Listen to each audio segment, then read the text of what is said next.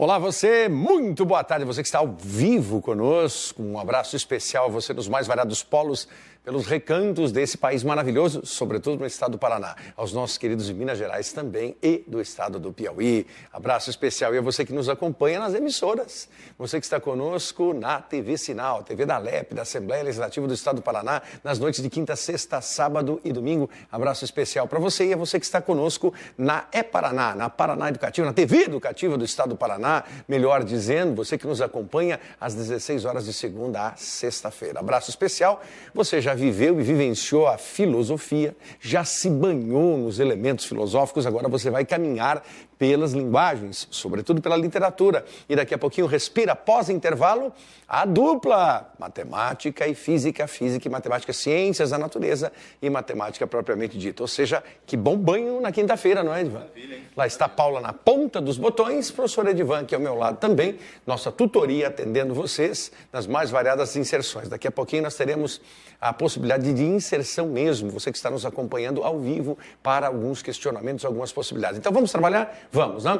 Recapitulando a aula da semana passada, aulas introdutórias para a resolução de questões que nós faremos a partir da próxima semana. Aí sim entraremos em questões propriamente ditas.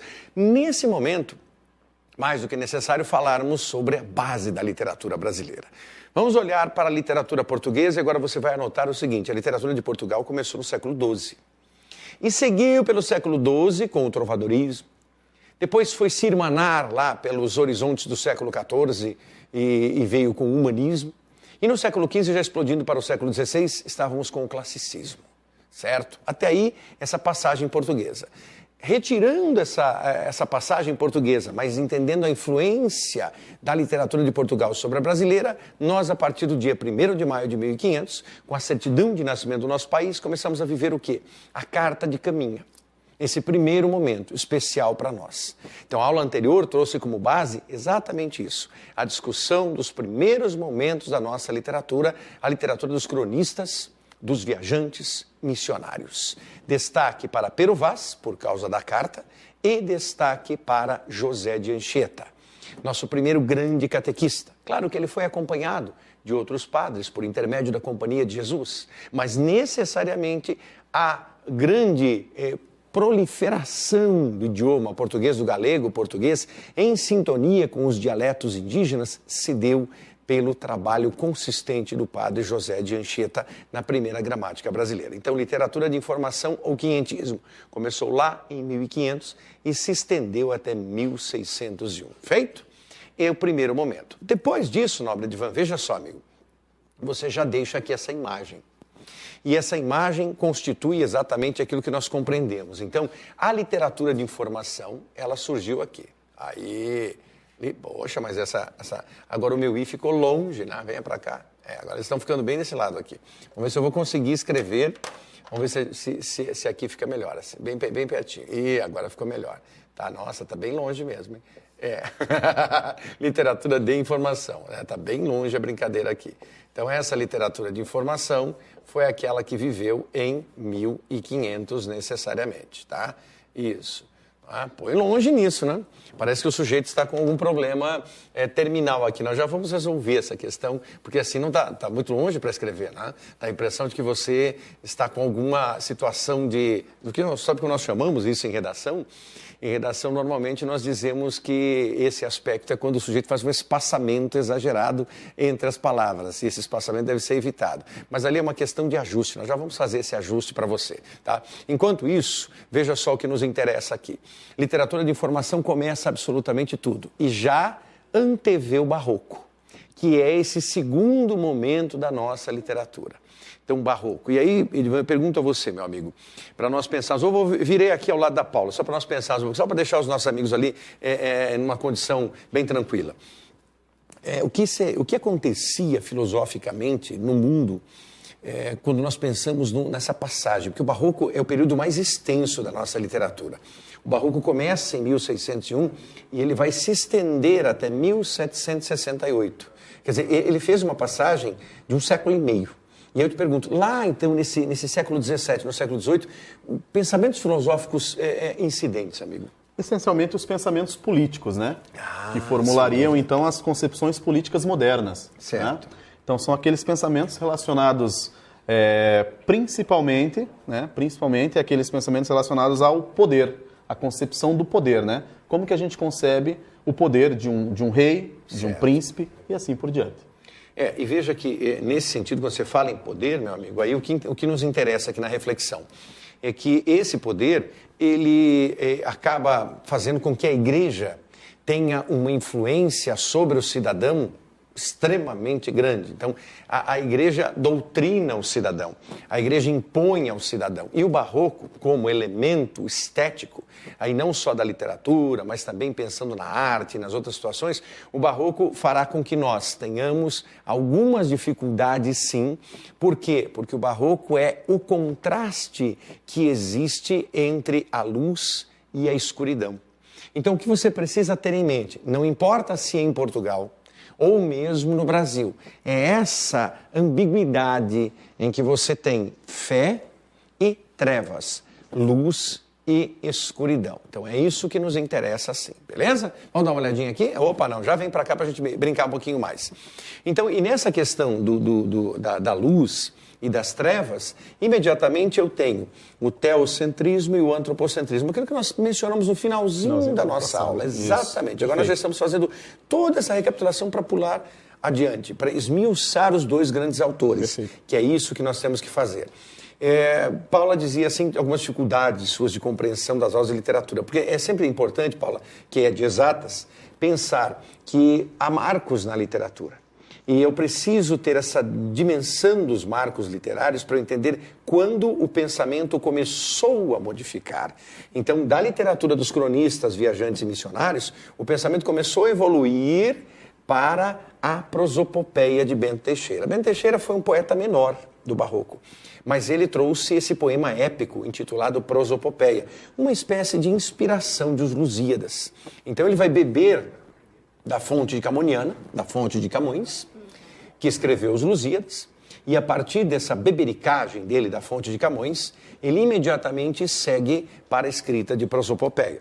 Então, Prosopopeia é um poema com característica épica, ou seja, com uma vertente épica, mas, é claro, sem o brilhantismo dos 10 cantos de Os Lusíadas, que serve como orientação para nós. Os Lusíadas, inclusive, já apareceram no Exame Nacional do Ensino Médio. Apareceram mesmo na vertente do Camões. Camões já esteve presente lá, sobretudo com um trecho poético dele, o Camões lírico, amor é fogo que arde, sem se ver, é ferida que dói e não se sente, é um contentamento descontente, é dor que desatina sem doer. E alguém vai dizer, pô, mas isso é Legião Urbana. Claro que é. Inteligentemente, Renato Russo fez isso, mas antes de Renato Russo fazer isso, o que ele fez? Ele imediatamente trabalhou com outra concepção, que é a concepção de buscar a essencialidade da sua música. Então, eu sempre brinco que é mais ou menos assim. O Renato Russo, o que acontecia? Ele foi desafiado a escrever uma música sobre amor. Então, foi mais ou menos assim. Escreve aí uma música sobre amor, mas que não seja aquele romancezinho banal, né? Escreve algo que seja melhor. Daí o Renato Russo, inteligentemente, o que ele fez? Ele mergulhou na Bíblia, então ele foi imediatamente para a Bíblia, para a primeira carta aos Coríntios, capítulo 13, que é a excelência do amor.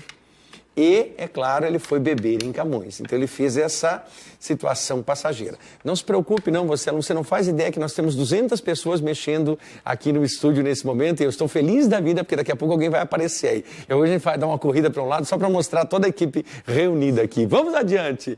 Então, veja, Renato foi inteligentíssimo e trouxe a música Monte Castelo. Aí você canta, ainda que eu falasse as línguas dos homens e dos anjos e não tivesse amor, nada seria necessariamente. Aí você sai cantarolando. Mas antes de Renato Russo e da banda Legião Urbana, dos Horizontes de Brasília, isso é Camões e isso é Bíblia. Um pouquinho antes, né, professor? Põe antes, sim, e lá se vão os rumos do final dos anos 70 e os anos 80, certo? E aí vale a pena sempre a dica. Se você não assistiu, Somos Tão Jovens, assista ao filme, olha, vale muito a pena, inclusive para você ter uma reflexão sobre o comportamento da juventude nos anos 70 e também nos anos 80. 80. Claro que vale da mesma forma, vale a pena dar uma olhadinha no filme Faroeste Caboclo. Agora eu confesso que eu gosto mais de Somos Tão Jovens do que Faroeste Caboclo. Isso não mais é uma questão bem pessoal. Voltando ao barroco propriamente dito, voltando ao que nós entendemos como linguagem barroca, é a linguagem rebuscada. E é isso que você tem que entender. Então, ao rebuscarmos a linguagem, ao termos a linguagem rebuscada, você sempre terá elementos de pouca compreensão. Você sabe, Edivan, meu amigo, que alguns alunos dizem assim, não conseguir entender ao certo textos barrocos, porque eles são formulados com versos decassílabos, eles trazem rimas perfeitas e eles trazem no seu íntimo, no seu bojo, uma inquietação. É como se o poeta sofresse e, de fato, eles estão certos. O poeta sofre porque ele vive sempre um paradoxo entre o sol e a escuridão, ou seja, entre o dia e a noite. Ele não consegue ter um pensamento que seja mais propício. Então, joinha? Os 1000 colegas que estavam aqui nos ajudaram agora e a gente vai voltar para o nosso quadro aí feliz da vida. Então, este barroco, vamos colocar aqui, mas a equipe talentosa é outra coisa, né? Aí só uma coisa vocês não deram um jeito. Na letra do professor, aí vocês não deram jeito, não tem como dar um jeito nisso, né? Fora a letra do professor não tem, aí não tem o que fazer, né, Edvan? Não tem o que fazer, o cara tem que escrever melhor. 1601 até 1768. Barroco também será chamado como seiscentismo. Todo o período colonial é exatamente assim. Seiscentismo. Anotou? Agora você vai para o outro lado. Eu vou colocar em verdinho. Por quê? Porque na sequência, no final da aula, nós pensaremos no último momento, que é o arcadismo. O arcadismo brasileiro começa em 1768 e ele vai se estender até 1836. Então ele é chamado como setecentismo, exatamente isso. Só que além de setecentismo, você vai anotar assim, neoclassicismo, e você vai anotar pré-romantismo. Então agora ele começa a nascer com vontade, o pré-romantismo surgindo aí, a literatura árcade. E essa imagem, né, talvez seja a sua questão aí, por que você está percebendo essa bela imagem? Está aqui ao fundo, né? Eu vou ficar longe agora para que você veja melhor. Então essa imagem, por quê? Porque a luz começa a surgir aqui. É, na verdade, o quê? O paradoxo. Este paradoxo faz com que exista imperiosamente uma situação nebulosa. Desafio você também a entrar em uma igreja, uma catedral, independentemente do aspecto religioso. Por quê, nobre Edivan? Porque o barroco é o período literário mais religioso de nossa literatura. As pessoas entendem o barroco como um homem temente a Deus, mas ao mesmo tempo esse homem temente a Deus, ele tem a sua vontade própria, e essa vontade própria entra em choque, vai de encontro às concepções religiosas, até porque a religião introjetava na cabeça das pessoas certas situações e, poxa vida, você não pode fazer isso, não pode fazer aquilo. E agora eu te pergunto, né? Pergunto Paulo também, será que o barroco é um período literário antigo e ele ficou no passado, ou será que o barroco é um período vivo, em pleno 2015? Levando por essa perspectiva de que existe uma introdução de conceitos e ideias no homem, ela permanece, né? Permanece. Porque a religião ainda se faz muito forte e a igreja ainda se faz bastante presente.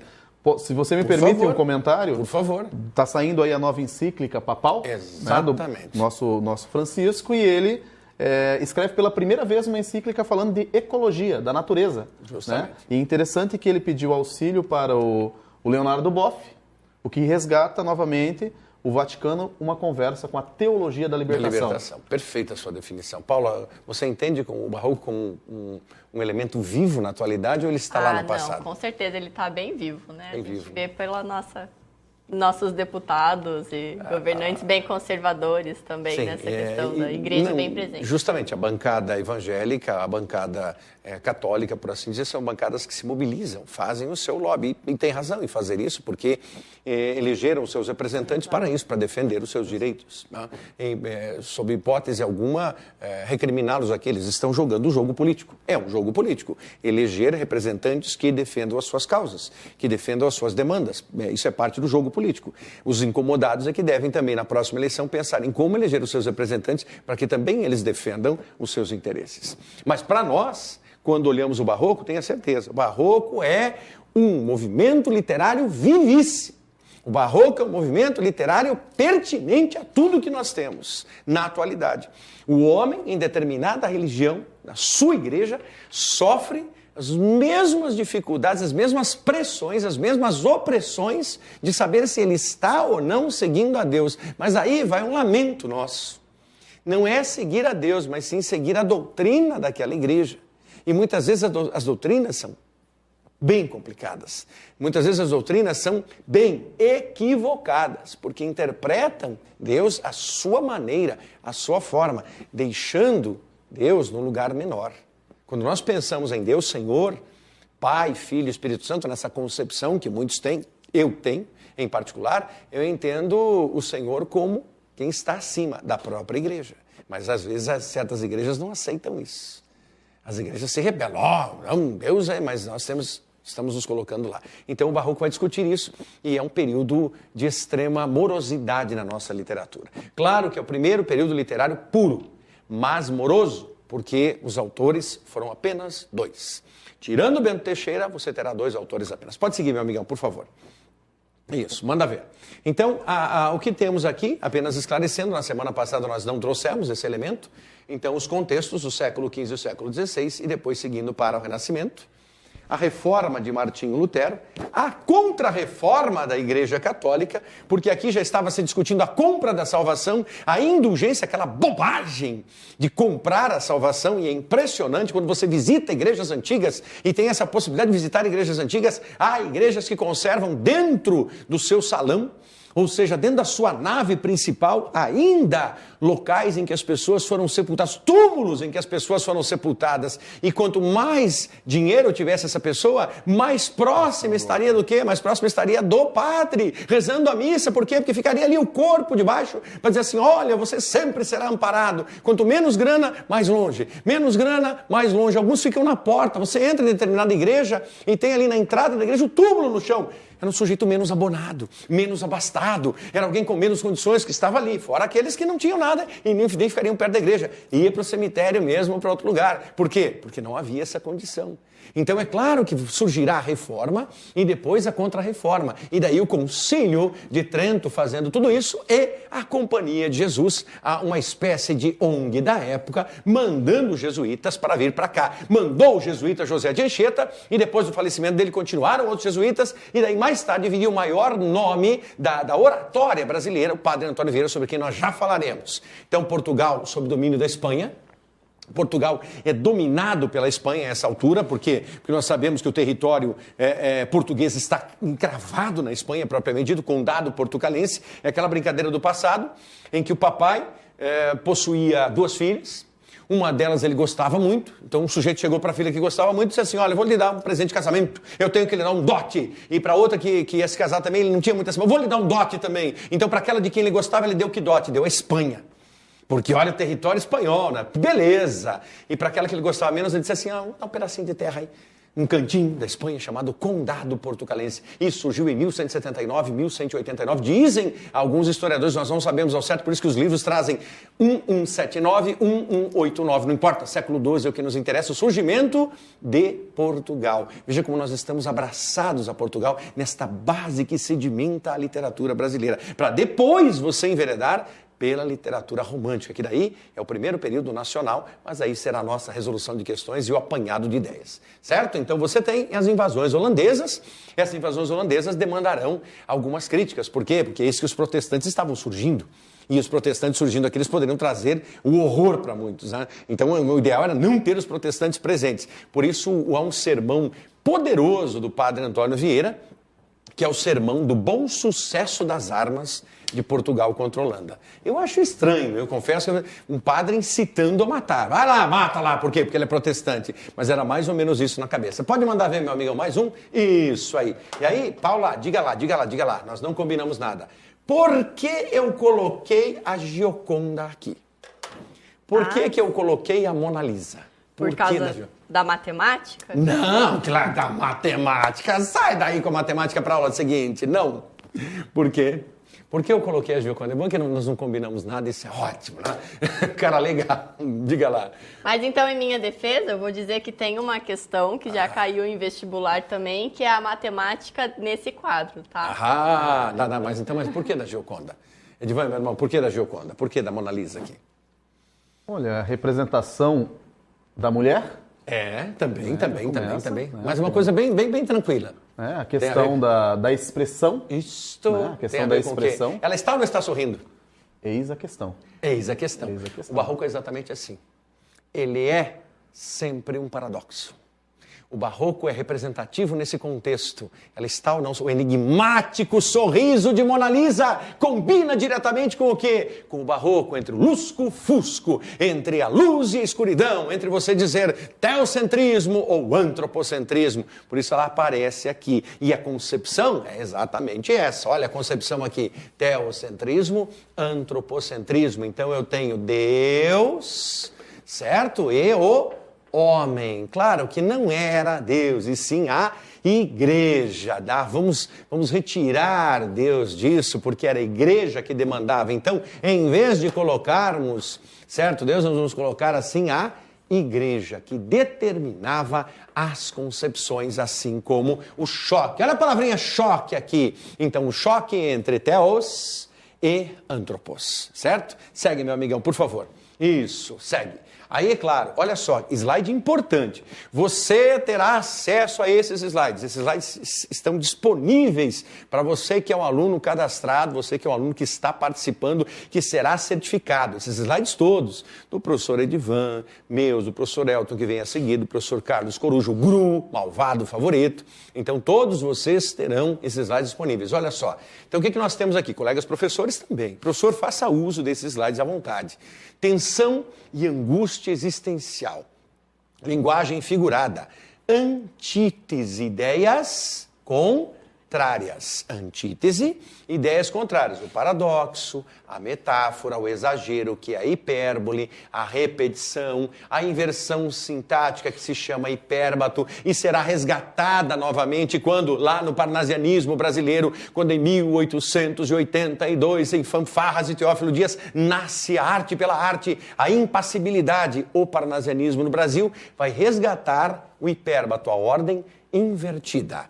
O estilo é opulento, todo retorcido. Por isso, quando nós vemos uma coisa retorcida, uma grade, por exemplo, ou uma janela pintada de forma rebuscada, ou uma estátua, como vemos a de Antônio Francisco Lisboa, do Aleijadinho, entendemos necessariamente que esse todo retorcido, este opulento, é feito de tensões e contrastes porque o homem sofre. O literato barroco é um sôfrego. O literato barroco é um sôfrego. E por que ele sofre? Porque ele não sabe qual é o caminho mais correto a seguir, qual é o caminho ideal a seguir. E por não saber qual é o caminho ideal, ele se sente oprimido. Que triste viver assim, né? É aquela brincadeira de puxar, puxa aqui, puxa lá, né? Exatamente. Sim, isso. Tensão. E puxa tensão, porque você não consegue viver bem assim. Então é um ponto conflitante.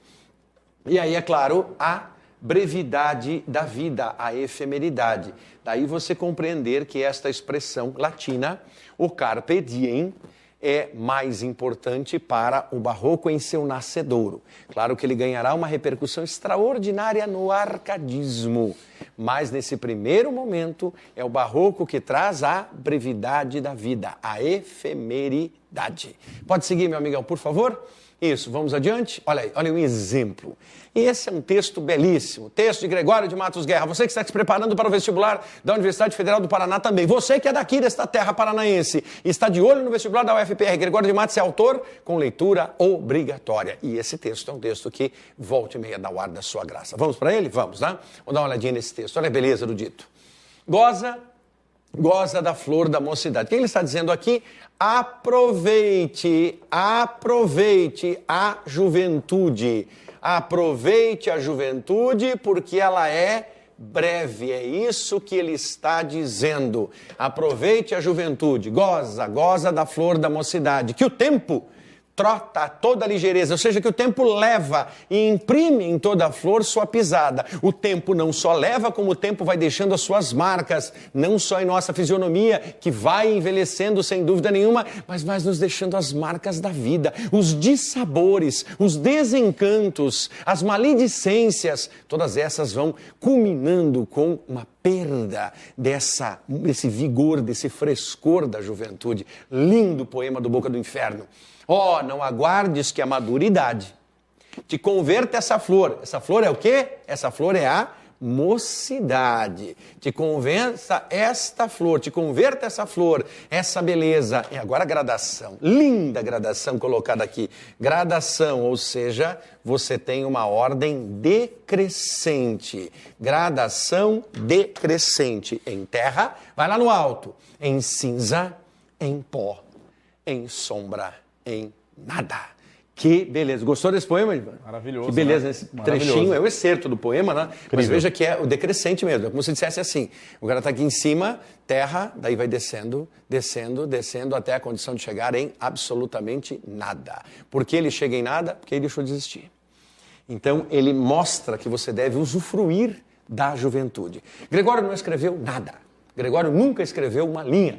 Ele era um fanfarrão, um cantador, um brincalhão, um pândego e um crítico. Então, o que se tem de Gregório, inclusive esse texto que nós lemos, trabalha no sentido da apocrifia. Alguns amigos, algumas pessoas ouviram Gregório cantar, ouviram Gregório declamar, ouviram Gregório falar e foram lá e escreveram e atribuíram a Gregório de Matos Guerra, que à época era chamado como Boca de Forno. Hoje nós o conhecemos como Boca do Inferno. Gregório de Matos Guerra, o nosso primeiro grande poeta. Pode seguir, meu amigo, por favor? Aí sim, super importante. Vai e anote com vontade, mas extremamente importante. Temos o quê? As duas principais concepções barrocas: cultismo e conceptismo. Quando entramos no cultismo, nós temos, sobretudo, as palavras, o elemento concreto.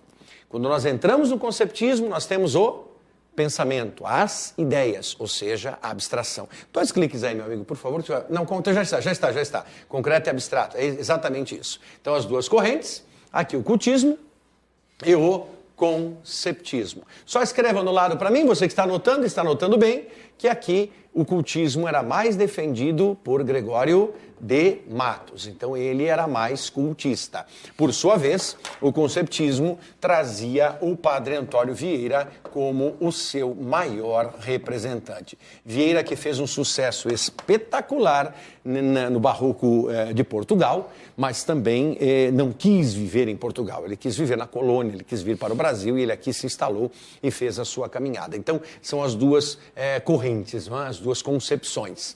O cultismo, aspectos externos, sensorialismo e aspectos formais. Por quê? Porque tem a ver com a palavra. É isso que você vai escrever aí no teu material, tem a ver com a palavra. Por sua vez, o conceptismo tem a ver com o quê? São aspectos internos, ideias irracionais, argumentação, e tem a ver com o pensamento, a ideia. Certo? Mais um clique, meu amigão, por favor. Manda ver. E aí o que nós temos aqui? O início, que nós dissemos, marco inicial, tudo tem um marco inicial. O marco inicial é o poema Prosopopeia do senhor Bento Teixeira, um poema com característica épica e inspirado, olha lá, inspirado em Os Lusíadas. Inspirado em Os Lusíadas, Os Lusíadas do senhor Camões, tá? Lusíadas, beleza. Pode seguir, meu amigo, por favor.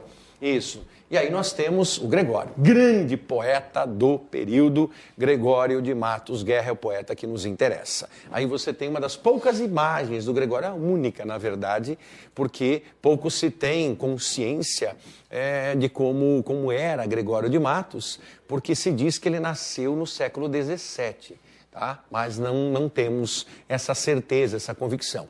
Temos certeza, sim, que ele estudou direito, ele advogou em Portugal e veio para o Brasil após os 40 anos. Daí ele começou a ver as sujeiras, os horrores, as encrencas, as bobagens e começa a criticar tudo e todos, é exilado, retorna ao Brasil, mas nunca mais retornou à Bahia. Ele então fica no Recife e ali vai morrer. As suas poesias características são as líricas, poesias de amor, certo? Amor, perfeito. As poesias religiosas, as sacras, religiosa, poesia sacra, e a poesia de zombaria, a poesia de gozação, que é necessariamente a sua melhor parte, a poesia satírica. E aqui, é claro, a Bahia, a cidade da Bahia, que ele nutria tanto amor. Quando você vê igrejas assim, essas igrejas assim são igrejas ricas, pois elas possuem duas torres. Quando vemos igrejas com uma torre só, essa torre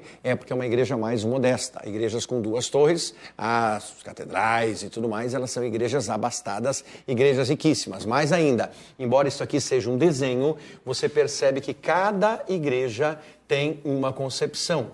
Então é possível entender, sim, nessa concepção, por exemplo, que o que está aqui nessa igreja, esses elementos rebuscados e também a cruz que se coloca aqui como o topinho das duas partes da igreja, por assim dizer, né, das duas colunas, e essa parte significa o quê? Cada igreja pertencia a uma determinada ramificação da igreja católica, a um segmento católico. Então as torres espelhavam aquilo que o segmento dizia. Local para você visitar em tua vida. Você, nascido e criado nessa terra brasileira, ou você estrangeiro que esteja conosco assistindo também, visite Ouro Preto. Visite Ouro Preto, visite Sabará, visite Congonhas, visite Tiradentes, mas visite mesmo. Né? Vale muito a pena. Não é só um banho de história, é um banho de vida e de redescoberta de concepções artísticas, porque o Barroco não foi só literário. Ele também é extraordinário na escultura e o Barroco também é na música. Ah, sim, a música também presente. Por favor, meu amigo, já para nós fecharmos aí, então, Padre Antônio Vieira. Veja a beleza do trabalho do Padre Antônio Vieira, o nosso maior orador de todos os tempos. Então, é o orador maior mesmo. Homem de grande poder em sua fala. Ele ordena-se padre jesuíta, vai trabalhar na Companhia de Jesus também, e aqui ele efetivamente passa a amar o Brasil e escrever sermões, cartas e profecias. Sermões, cartas e profecias. A mais famoso sermão, o sermão da 60ª. Então esse é o Barroco. O Barroco antecipa o último período colonial, que é o arcadismo. Fechando a nossa aula, neste bom momento, o que é o arcadismo? A literatura dos inconfidentes. O que é o arcadismo? A literatura dos inconfidentes. Aquela literatura em que os poetas Tomás Antônio Gonzaga e Cláudio Manuel da Costa começaram a conceber um país livre. O martírio de Tiradentes é apenas um símbolo, uma iconização.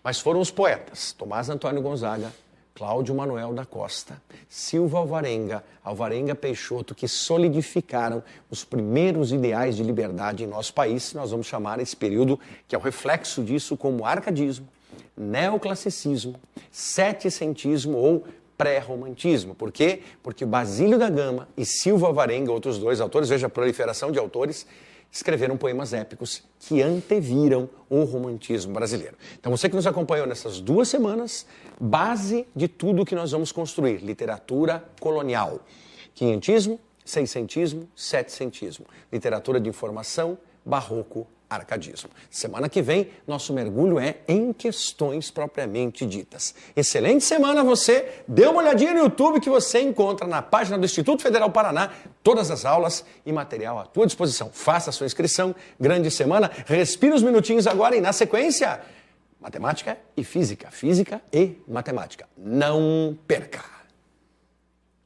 Falou.